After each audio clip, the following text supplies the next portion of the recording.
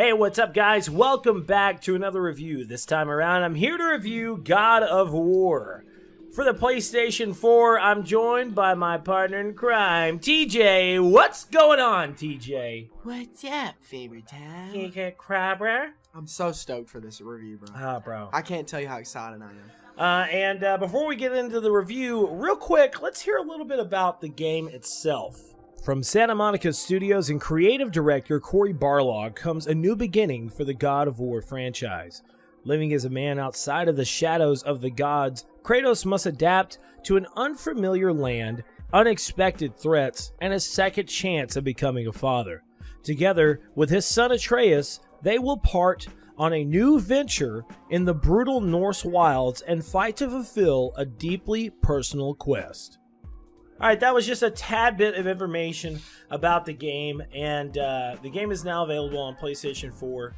Now, this review is going to be spoiler-filled, so if you have not played the game yet or beat the game... Turn away now. Turn away now. Spoiler alert, incoming! Alright, so let's go ahead and get down into it. This is a complete pretty much a redo for the God of War series. As we know, the last time we saw Kratos in God of War 3, well, we saw him in Ascensions, but God of War 3, there was a trail of blood going over the side of a mountain cliff.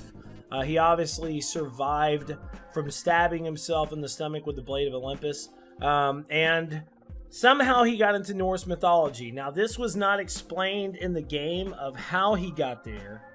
We just know he's there. I just think it was him running away.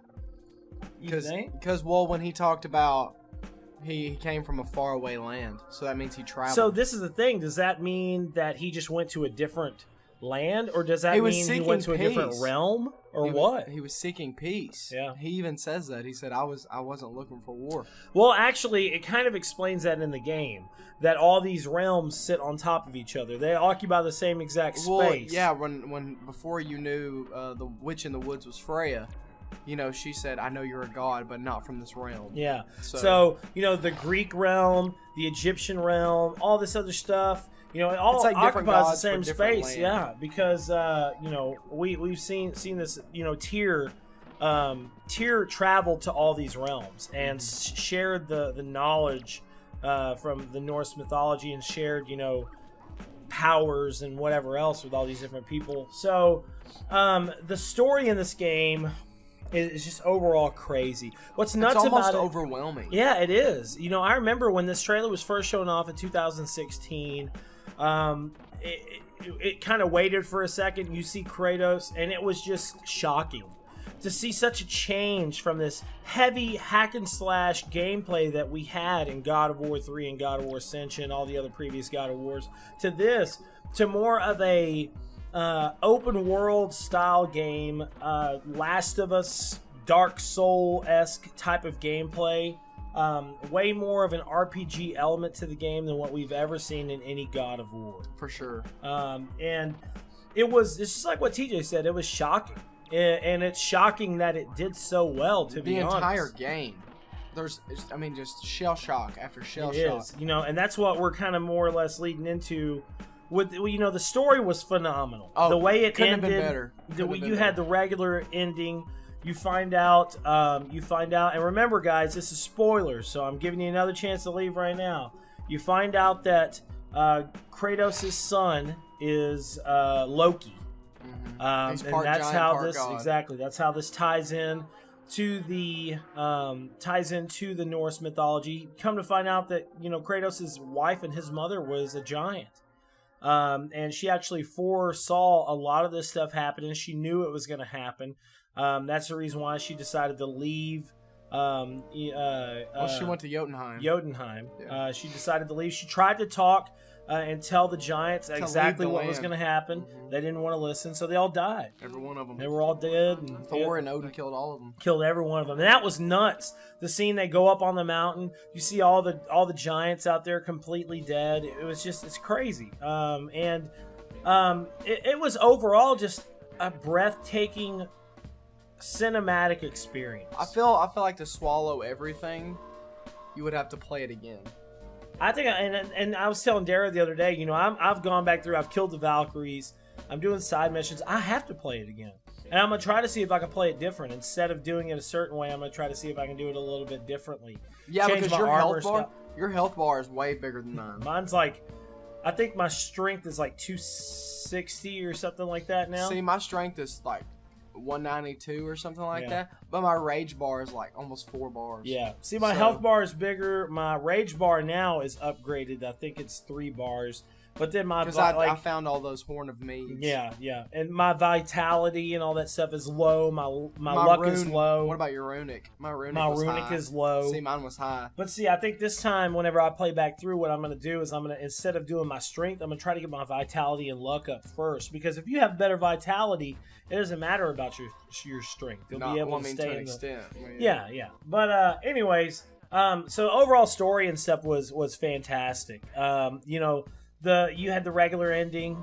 It was a real nice type of father and son moment. Then you have the secret ending to where Thor shows up at your house. He's a giant, so he can see the future. Yeah, and he, you know, this was supposedly years down the road. When Ragnarok is about to take place. is literally on the brink of starting. Dude, are you so stoked for Kratos to be in Ragnarok? Oh, bro, yes. I'm so stoked to see him take on Thor and Odin.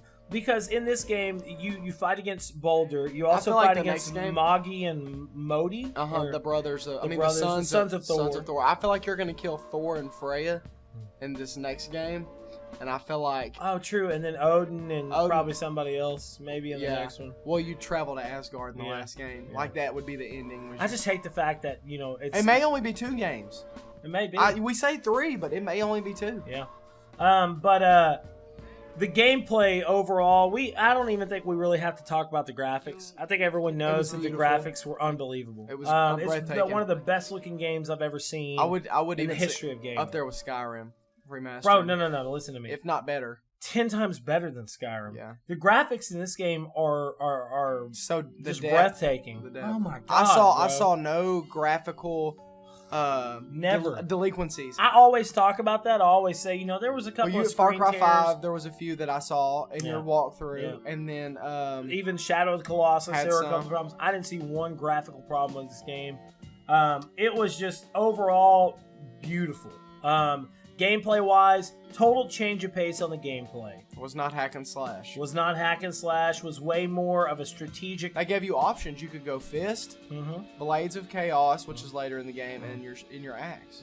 So you could have upgraded your fist combat and never even used a weapon. Yeah, and I think everyone knew that the Blades of Chaos were going to come back. You can't have a God of War game without having the Blades of Chaos. But I like how they brought it back because it's past. And dude, and it's so crazy to play with Kratos in this third person over the shoulder mode. Like, it's such a more of a personal feel experience. Oh my gosh, bro. It's like you're with him, especially the cutscenes. Dude. Even Wesley was like, dude, there's a lot of cutscenes in this. I was like, because there's so much story. Bro, what's crazy... God of War, how long would you play without a cutscene? Exactly, yeah. Hours on hours. And this is what's nuts about it, too, is that, you know, the transition... The transitionary period, we've seen this. One of the first games that kind of really did this was Uncharted. Uncharted had this transition. It's like a movie game. Troy was like, you had a cutscene, and it literally goes straight into gameplay. And that's what we have in God of War. It doesn't fade in, fade out with cutscene or whatever. It's full-on cutscene, and you literally move right into gameplay. Well, how many, like, what were they? Not ogres, but the big... The trolls. No, not the trolls. Those were the smaller ones. No. The trolls, are you talking about the ones with the big dogs with the big claws? Trolls. Okay. Like it would show him, he's like, oh no, it's coming to life. And then all of a sudden, like you're in the game. Like you start playing, he's like, and then the thing screams. Bro, it's like the scene to where your How many times did you have like adrenaline pumps? Oh, bro. Like you're crazy. Like, you're like, oh, and you're like dodging. The first scene that you see a troll pop up, you have your son, he just killed the deer. And the troll's hand comes up and grabs the deer. I was like, oh my god! Oh my gosh, bro. But that comes in with the whole graphics and gameplay aspect. The graphics and the gameplay worked hand in hand. The combat system was great, bro. I didn't have any inconsistencies. What did you like most about the combat system compared to God of War 3? It was everything changed. I think the reason they did that is because it's like new God of War, who dis? You Yeah. know what I'm saying? They brought the whole aspect of, we're going to change everything, including the fighting style. So, you know, you had special abilities that you didn't have with the Blades of Chaos in God of War 3. Yeah. And see, you had other weapons in God of War 3, and you can upgrade their power. Right. But with this one, with this type of gameplay and this type of inventory system, but dude, you could put runes on your weapons, runes, new armor, new armor, your son's armor. Yes, I mean, it was so in depth. Yes, dude. way more in depth of a gameplay aspect in this one. But my biggest thing too is that it was super easy to transition in combat as well. There's so many times that I would be fighting either Valkyries or fighting, you know, bosses in the game that I would have, you know, if I had all three weapons, I had my fist, the axe, and the Blade of Chaos. I literally push either left or right on the D-pad, or triangle, and I'm able to automatically switch and keep on fighting. Well, remember in the fight with Baldur, yes, you had to keep switching weapons. You had to keep switching because he was going from fire to ice. I loved it, bro. Oh, dude. I mean, I liked it, but I hated it because it was so much harder. Oh, bro. Because the first time, let me tell you, bro, I'm super impressed with your walkthrough. Why? You spanked him the first time. Well, dude, which I was playing on a harder mode. Yeah. But I got spanked like 15 times in a row. Yeah. Like, you remember when you were going to travel, you were traveling, you were about to flip the temple? Yeah. And you had to go through each level and fight the enemies? Yeah. Those two flying dark elves took me forever. Bro, those flying dark elves are ridiculous. Whenever it was two bosses. What was the world? Was it Elfheim? Elfheim. When you go to Elfheim and you fight that boss, that main dark elf, oh my god, bro. I died so much. Oh, I did too. But during this fight, bro, you'd get hit and everything turned dark, and then they'd be like, oh, and then they're like, boom, right on top of you. It was so aggravating. I looked at Wesley and I was like, I'm about to throw the controller. I'm about to throw the controller. So then we can move into voice acting. The voice acting overall, it was awesome, dude. It was so fantastic. The enemies had awesome. I mean, like the dark elves, you couldn't understand them, but you know, yeah, there was nothing that I was like, that's not in order. Yeah, you know what I mean? Because there's some games you play, you're like, okay, you know, like it doesn't really fit their character. Kratos was awesome. The son, after he knows he becomes a god, his attitude completely changes, and you can even hear that in his son's voice. Like, I mean, dude, they played so well. Not only did they take on the character, but they took on the attitude of the character. Yeah, and Christopher Judge did such a good job as Kratos. You know, this isn't the original. We know with T.C. Carson, but his scruffier voice fit him. It did such a good job. Bro. Sounded like Kratos had been through some junk. You know, when they did something like this with the Metal Gear Solid game, I thought it was a good change, but you almost get scared a little bit. Well, you know, David Hayter is Snake. You know, you can't. It's hard to not think of David Hayter as not being Snake. Now, I think. You know, I have my thoughts about Metal Gear Solid 5, and that's just another podcast and review itself. But I think the overall team did fantastic. I think Sonny, who played Atreus, did fantastic. Jeremy Davis played Barlog, and I didn't even know that until I watched an interview, and I love him as an actor. Oh, and the dwarves, bro. Yes, and so my gosh, bro, it was the brothers. They were so good, and they were funny. They were really, really funny. I mean, dude, that dude like trying to vomit because he grabbed that head. He was like, I can do it. He's like, I can't do it. I can't do it. I can't. And what was really funny too is that first off, Danielle did a fantastic job as Freya, bro. I mean, she did an Oscar-winning performance as Freya, dude. She, it was almost nuts how good of a job she did. Was it just me, or is her voice like almost enticing? It is. It's like a siren. Well, you know, she was the god of love. Yeah. Love, beauty, and war, and sex, and all that kind of stuff. So, TJ, Matt, for real.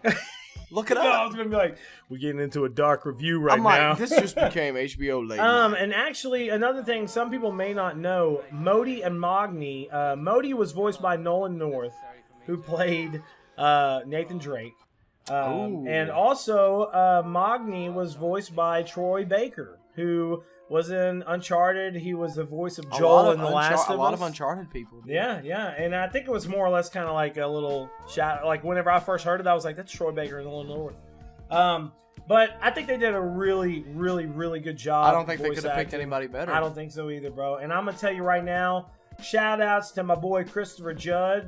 I was Blown very away. iffy at first because Everybody was. TC Carson is Kratos. He's Kratos. He was totally really upset about it. You know what's so bad now though is I can't picture him doing it now. TC Carson. After listening to Christopher Judge, like that's Kratos. The torch has been passed. You know what I mean? I totally agree. But I think they did a really good job with Christopher Judge of kind of making sure he had that crustiness, stuffiness. Or stuffiness. What is wrong with me? Rough voice. Scruffy. But, you know, that's kind of how it was with Metal Gear Solid 5 and Kiefer Sutherland. You know, it was such a change in voice acting, and I think it was that's what Hideo Kojima was going with Kiefer Sutherland. It was more of a serious type of dark game, and I think that's kind of what they were looking for with God of War. Is that this was they weren't looking for a dude who sounded angry. This was 10 years from God of War 3. Right. You know, he's older, he's more wise, he's less of a freak out type of dude that just randomly kills everybody. Because he was super telling about his son to keep calm. Yeah, bro. And you know, we kind of saw a shout out back to the God of War 3 is whenever they're in Helheim and you see Kratos, his shadow form, fighting Zeus. You know, that was great too, is the call outs to God of War 3, Athena talking to him. If I could hug a game, I would hug it. Yeah. It's the completion we were kind of looking for. Exactly. I totally agree. And it's a lead up to a new series, a new saga. The replayability in this game, I think, is tenfold. DLC. We need some DLC. I would love to have some DLC. I would love for them to announce it at E3, come out and say, hey guys, we're coming out with some DLC. That's how they could include Freya is the DLC. That's where you fight Freya. Yeah. And you know, I think it would be good. At the same time, you know, from what they're saying, the second game is supposed to come out in a very short amount of time compared to the last one. Well, the last one took 5 years to make. They're trying to make this in 2 years. So sad, dude. I know, bro. But still, I mean, think about it. By 2020, PS5 comes out, and that's one of the exclusive titles for it. That would be nice, man. I think it would be good. Like you'd have to have a PS5. I would buy it. Yeah. I don't think they're gonna make it exclusive. What? Yes, I don't think they'll make it exclusive to PS5. It's gotta. Yes, bro. It's gonna be. No. I'm talking about like it won't be able to play on PS4. Bro. I'm telling you, PS5 games. That console. They're making that switch. You got to think, man. Well, I'll have a PS5 by that time anyway. So I think the PS4 games will be backwards compatible, obviously on PS5. But I'm telling you, bro, I don't think these games are gonna be. I don't think it's gonna be the same. Yeah, but that would be kind of shooting yourself in the foot, wouldn't it? Yeah. But I'm telling you, I think the PS5, they've got a lot of competition. The Xbox One X is a powerhouse console. They just need exclusive titles, and I think it can really perform. And I'll be so mad if they don't release it on PS4, though. We'll see, man. We'll see what happens. It would be cool if they did for multi-console, but we'll see. Anyways, but I think we can both agree this game gets a definite buy. 10 out of 10. Bro. I think this game is going to be chosen as Game of the Year by a good chunk of sites. I think it's going to be nominated as Game of the Year at the Game Awards. I think it's going to take Game of the Year. We'll see, man. You got to think it's going up against a lot of competition this year. That's fine. That's great. I'm glad. It's a review masterpiece. It is, and honestly, I don't have anything negative to say. No, bro. Nothing. Not a thing. Nothing. I loved every inch and mile of this game. It always kept you on your toes. There was no boring parts. There was always a goal or a task to be completed. Yeah. Side missions. Dude. It was fantastic. All around, great, glorious title. And we can agree with this, too. I think it's the most complete game that's been released this year. Totally agree. Probably one of the most...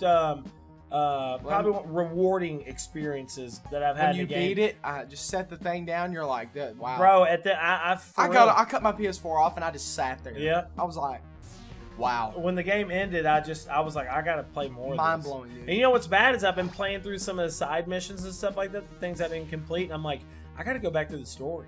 You know, I wish that's the only thing I would say. I wish there was a new game plus mode. Well, there's a so where you can bring your skills and everything you already have back into. It's almost like a prestige. Yes. You know what's crazy is there's a video on YouTube, which if you're gonna replay through the story, I don't know, you might still want to watch it. It's like all of the Easter eggs in God of War 4. And there's a lot of. I watched it, bro. It's like 15 minutes long. We missed a lot. I'm not even gonna tell you. You just have to go watch it. Oh, dude, it's You have to. But anyways, guys, this is our review of God of War, quote unquote 4. Buy it. Buy it now. Grind it is a fantastic game. Baby, grind on me. Big shout outs to Sony Santa Monica. Shout outs to the whole voice cast. Cory Barlog. Y'all did such an amazing job with this game. And I couldn't be more happy to have experienced it. Make sure to check us out, secondopinionpod.com, for the latest and greatest gaming news, previews, and much more. Second Opinion Productions, gaming is our passion, podcasting is our profession. This review, I've been streaming too much. This review is powered by Cinelinks.com, so make sure to check us out over there. Appreciate you guys, love you guys. Peace out. Peace out.